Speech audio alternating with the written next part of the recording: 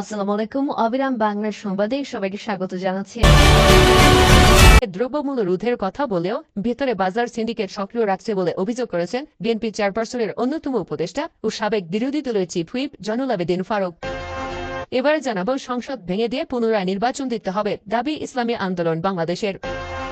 এদিকে নাগরিক ঐক্যের সভাপতি মাহমুদুর রহমান মান্না এবার দেশের সাধারণ জনগণকে রাজপথে নেমে আসার আহ্বান জানিয়েছেন। জানাবো, আওয়ামী লীগ বিভ্রান্তি ছড়িয়ে জাপার ক্ষতি করেছে। জাতীয় পার্টির বেহাল দশার জন্য আওয়ামী লীগকে দায়ী করেছেন জাতীয় পার্টির চেয়ারম্যান জি.এম. কাদের। তিনি বলেন, আওয়ামী লীগ ইচ্ছাকৃত বা ভুল করে দলের মধ্যে একটা বিভ্রান্তি ছড়িয়েছে, যার কারণে জাতীয় পার্টির অনেক ক্ষতি হয়েছে।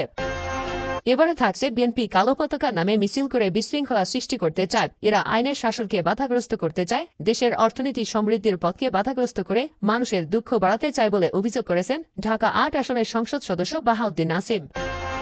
এবং সর্বশেষ জানাবো আন্তর্জাতিক সংবাদ। ইরানের চারপাশে যুক্তরাষ্ট্রের ৪৫,০০০ সেনা কয়েক দশক ধরে মধ্যপ্রাচ্যের ১১ দেশে বেশ কিছু ঘাঁটি পরিচালনা করেছে যুক্তরাষ্ট্র। নিজেদের কর্তৃত্ব প্রতিষ্ঠা করতে বছরের পর বছর ধরে হাজার হাজার সেনা মোতায়েন করেছে। ইরানের চারপাশে এসব দেশগুলোতে ৪৫,০০০-এরও বেশি সেনা মোতায়েন করে রেখেছে যুক্তরাষ্ট্র। মধ্যপ্রাচ্য ছাড়া বিশ্বের শক্তিধর দেশগুলোতেও মার্কিন ঘাঁটি রয়েছে। আল জাজিরার এক প্রতিবেদনে বলা হয়েছে, বিশ্বজুড়ে বিভিন্ন দেশে প্রায় ৭৫০টি মার্কিন ঘাঁটি রয়েছে। এতক্ষণ শিরোনাম শুনছিলেন, এবার বিস্তারিত। প্রিয় দর্শক, আপনি যদি এই চ্যানেলে নতুন হয়ে থাকেন, ভিডিওটি দেখতে দেখতে চ্যানেলটি সাবস্ক্রাইব করে আমাদের সঙ্গে থাকুন। আর এই ভিডিও সম্পর্কে আপনি আপনার মূল্যবান মতামতটি কমেন্ট বক্সে জানিয়ে দিন। আর হ্যাঁ প্রিয় দর্শক, জানিয়ে দিন ভিডিওটি কোথা থেকে দেখছেন। সরকারি বাজার সিন্ডিকেট সক্রিয় রাখছে ফারুক। সরকার মুখে দ্রব্যমূল্য রোধের কথা বলেও ভিতরে বাজার সিন্ডিকেট সক্রিয় রাখছে বলে অভিযোগ করেছে বিএনপি চেয়ারপারসনের অন্যতম উপদেষ্টা ও সাবেক বিরোধী দলের চিফ হুইপ জয়নুল আবেদীন ফারুক। শনিবার জাতীয় প্রেস ক্লাবের সামনে এক মানববন্ধনে বাজার পরিস্থিতি তুলে ধরে এই অভিযোগ করেন তিনি। জয়নুল আবেদীন ফারুক বলেন, হায়রে কপাল, হায়রে দেশ, হায়রে মানুষ, হায়রে আওয়ামী লীগ। দাপটের কথা বলেন, লজ্জা হয় না? দাপট দিয়ে কথা বলেন যে দ্রব্যমূল্যের ঊর্ধ্বগতি রোধ করব, আর ভেতর দিয়ে সিন্ডিকেট তৈরি করেন। যেই সিন্ডিকেটের টাকায় আপনাদের শেয়ার আছে, এই সিন্ডিকেটের টাকা দিয়ে আজকে মালয়েশিয়া, কানাডা, ব্যাংকক, সিঙ্গাপুরে বাসা বানাবেন, বাড়ি বানাবেন, ব্যবসা করবেন। অন্যদিকে বাংলাদেশের গরিব মানুষ একটা ডিম কিনে খেতে পারে না, 1 কেজি দূরে থাক 100 টাকা মাংস কিনে খেতে পারে না। তারা আবার দাপটের কথা বলে। তিনি বলেন, যারা দ্রব্যমূল্যের ঊর্ধ্বগতি রুখতে পারবে না, যারা মানুষকে ঘরে শান্তিতে ঘুমাবার ব্যবস্থা করে দিতে পারবে না, যারা উন্নয়নের নামে, মেগা প্রজেক্টের নামে কোটি কোটি টাকা লুট করে বিদেশে নিয়ে যাচ্ছে, তাদের লজ্জা হওয়া উচিত। আপনাদের মুখ বন্ধ রাখা উচিত। আপনাদের অবিলম্বে পদত্যাগ করা উচিত। কারণ এই সরকার জনগণের সরকার নয়, জনগণের ভোটের সরকার নয়। সরকারকে উদ্দেশ্য করে বিএনপির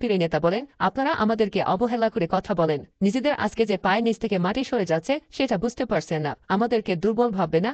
আমরা সবল আছি, আমরা সৎ আছি। আমরা অতীতে সততার সাথে সরকার পরিচালনা করেছি। তাই আমাদের নেত্রী বলেছেন, বিদেশিরা আমাদের বন্ধু প্রভু নয়। বিদেশের মাটিতে আমাদের 100 টাকা জায়গাও নেই। আজকে বুকে হাত দিয়ে বলেন, পাকিস্তানে 22 পরিবারের বিরুদ্ধে লড়াই করতে গিয়ে আজকে কত লাখ পরিবারকে কোটিপতি বানিয়েছেন, তার হিসাব একদিন আপনাদেরকে দিতে হবে। সরকার পতন আন্দোলন চলবে উল্লেখ করে তিনি বলেন, জানে কষ্ট হচ্ছে বিএনপি নেতা কর্মীদের, তারপরও আন্দোলন চালিয়ে যেতে হবে। জনগণ আমাদের সাথে আছে। অচিরেই আবার কর্মসূচি আসবে। অচিরেই সরকার পতনের আন্দোলনে বিএনপি আবার মাঠে নামবে। কড়াই গন্ডায় হিসাব নেওয়া হবে। ফারুক বলেন, বাংলাদেশের স্বাধীনতা যুদ্ধে যারা অংশগ্রহণ করেছেন তাদের প্রতি শ্রদ্ধা জানিয়ে বলতে চাই যে অঙ্গীকার দিয়ে স্বাধীনতা যুদ্ধে ঝাঁপিয়ে পড়েছিলাম। স্বাধীনতার সেই অঙ্গীকার আমরা একদিনও শাসনকে বিদায় করে কেয়ারটেকার সরকার অধীনে নির্বাচনের ব্যবস্থা করে গণতন্ত্র ফিরিয়ে আনব, গণতন্ত্রের সরকার প্রতিষ্ঠা করব। বিএনপি চেয়ারপারসন বেগম খালেদা জিয়া, মহাসচিব মির্জা ফখরুল ইসলাম আলমগীর, স্থায়ী কমিটির সদস্য মির্জা আব্বাস, আমির খসরু মাহমুদ চৌধুরী সহ রাজবন্দীদের মুক্তির দাবিতে স্বাধীনতা অধিকার আন্দোলন নামক একটি সংগঠনের উদ্যোগে এই মানববন্ধন অনুষ্ঠিত হয়। সংসদ ভেঙে দিয়ে পুনরায় নির্বাচন দিতে হবে ইসলামী আন্দোলন। ইসলামী আন্দোলন বাংলাদেশের মহাসচিব প্রিন্সিপাল হাফেজ মাওলানা ইউনুস আহমেদ বলেছেন, নামমাত্র সংসদ ভেঙে দিতে হবে, জাতীয় সরকারের কাছে ক্ষমতা হস্তান্তর করতে হবে, একটি অবাধ, সুষ্ঠু, গ্রহণযোগ্য, অংশগ্রহণমূলক নির্বাচনের ব্যবস্থা করতে হবে। গণবিচ্ছিন্ন হওয়া ডামি নির্বাচনে জনগণ এমনকি আওয়ামী লীগের লোকজনও ভোট দেয়নি। শনিবার বাইতুল মোকাররম উত্তর গেটে ইসলামী আন্দোলন বাংলাদেশ ঢাকা মহানগর উত্তর ও দক্ষিণের উদ্যোগে বিক্ষোভ পূর্ব সমাবেশে প্রধান অতিথির বক্তব্যে তিনি এসব কথা বলেন। তিনি বলেন, সরকারের একতরফা ও পাতানো নির্বাচন জনগণ ঘৃণা প্রত্যাখ্যান করেছে। এই সংসদ অবৈধ সংসদ, এই সরকার অবৈধ সরকার। অবৈধ সরকারকে ক্ষমতা থেকে নামতে জনগণ বাধ্য করবে। এমন আন্দোলনে ঢেউ তোলা হবে, সরকার পালাবার সুযোগ পাবে না। মাওলানা ইউনুস আহমেদ বলেন, ট্রান্সজেন্ডার বা সমকামিতা শুধু ইসলামে নয়, অন্যান্য ধর্মেও বৈধ নয়। মহাসচিব মাওলানা ইউনুস আহমেদ আরো বলেন, ট্রান্সজেন্ডার হলো সমকামিতার অপর নাম। ট্রান্সজেন্ডারকে যারা পছন্দ করে তারা দেশের দুশ্মন, ইসলামের দুশ্মন, মানবতার দুশ্মন। দেশীয় এবং আন্তর্জাতিক দুশ্মনদের বিরুদ্ধে জনতার আন্দোলন শুরু হয়েছে, এই আন্দোলন চলবে।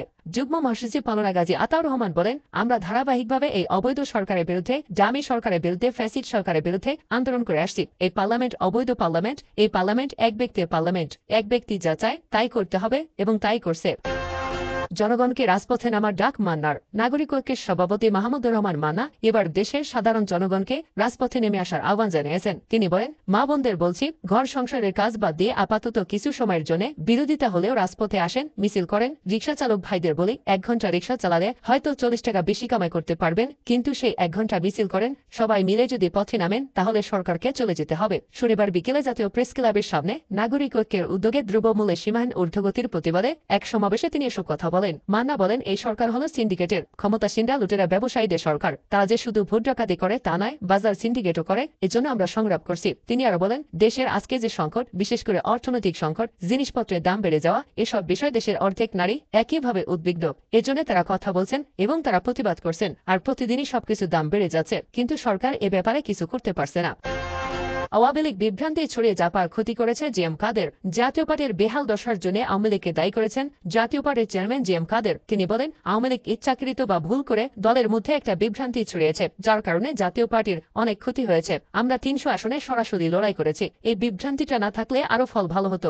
আমার দলের অনেক সদস্য আওয়ামী লীগ সমর্থিত বলেছে, এটা দিয়েও বিভ্রান্তি ছড়িয়েছে। শনিবার জাতীয় পার্টির বনানীস্থ কার্যালয়ে চেয়ারম্যান জিএম কাদের, সংসদের বিরোধী দলীয় নেতা মহাসচিব বীর মুক্তিযোদ্ধা মোহাম্মদ মুজিবুল হক চুন্নু, বিরোধী দলের চিফ হুইপ নির্বাচিত হয়। ঢাকা মহানগর উত্তরের পক্ষ থেকে সংবর্ধনা অনুষ্ঠানের আয়োজন করা হয়। এ সময় জিএম কাদের বলে, আমাদের দল ভাগ হয়ে যাবার কোনো সম্ভাবনা নেই, তবে এরশাদের আদর্শ নিয়ে নতুন করে দল গঠন হতেই পারে। আমাদের দলের বিষয় পারসেপশন কিন্তু ভালো নয়। অনেকে অনেক কথা বলেন, আমরা লড়াই করে সংসদে গিয়েছি। অনেকে বলেন আমরা পরের দ্বারা নিয়ন্ত্রিত। আমিও বলবো, দলের মধ্যে ব্যাপকভাবে সংশোধন প্রয়োজন। বিরোধী দলীয় নেতা জিএম কাদের বলেন, নির্বাচন নিয়ে আওয়ামী লীগ একটি বিভ্রান্ত সৃষ্টি করেছে। তারা ছড়িয়ে দিয়েছে আমরা 26টি সিট ছেড়ে দিয়েছিলাম জাতীয় পার্টির ফেভারে। তারা একটা সিটও ছাড়ে নাই। তারা সব জায়গায় তাদের লোক বসিয়ে রেখেছে। অনেক জায়গায় আমাদের লোক হেরেছে। আমাদের অনেক প্রার্থীও বিভ্রান্ত হয়েছে। তিনি বলেন, সবাইকে এক লাইনে থাকতে হবে, না হলে দল নিয়ে টিকে থাকা যাবে না। দলকে বাঁচাতে চাইলে মনোবৃত্তি দূর করতে হবে। জনগণ সত্যিকার অর্থে বিকল্প খুঁজছে। আওয়ামী লীগ বিএনপির বাইরের দল চায়, সত্যিকারের পরিবর্তন চায়। আমরা যদি পরনিয়ন্ত্রিত হওয়া থেকে বের হতে পারি, তাহলে মানুষের সমর্থন বাড়বে। জানাবো আন্তর্জাতিক সংবাদ। ইরানের চারপাশে যুক্তরাষ্ট্রের 45,000 সেনা। কয়েক দশক ধরে মধ্যপ্রাচ্যের 11 দেশে বেশ কিছু ঘাঁটি পরিচালনা করেছে যুক্তরাষ্ট্র। নিজেদের কর্তৃত্ব প্রতিষ্ঠা করতে বছরের পর বছর ধরে হাজার হাজার সেনা মোতায়েন করেছে। ইরানের চারপাশের এসব দেশগুলোতে 45,000-এরও বেশি সেনা মোতায়েন করে রেখেছে যুক্তরাষ্ট্র। মধ্যপ্রাচ্য ছাড়াও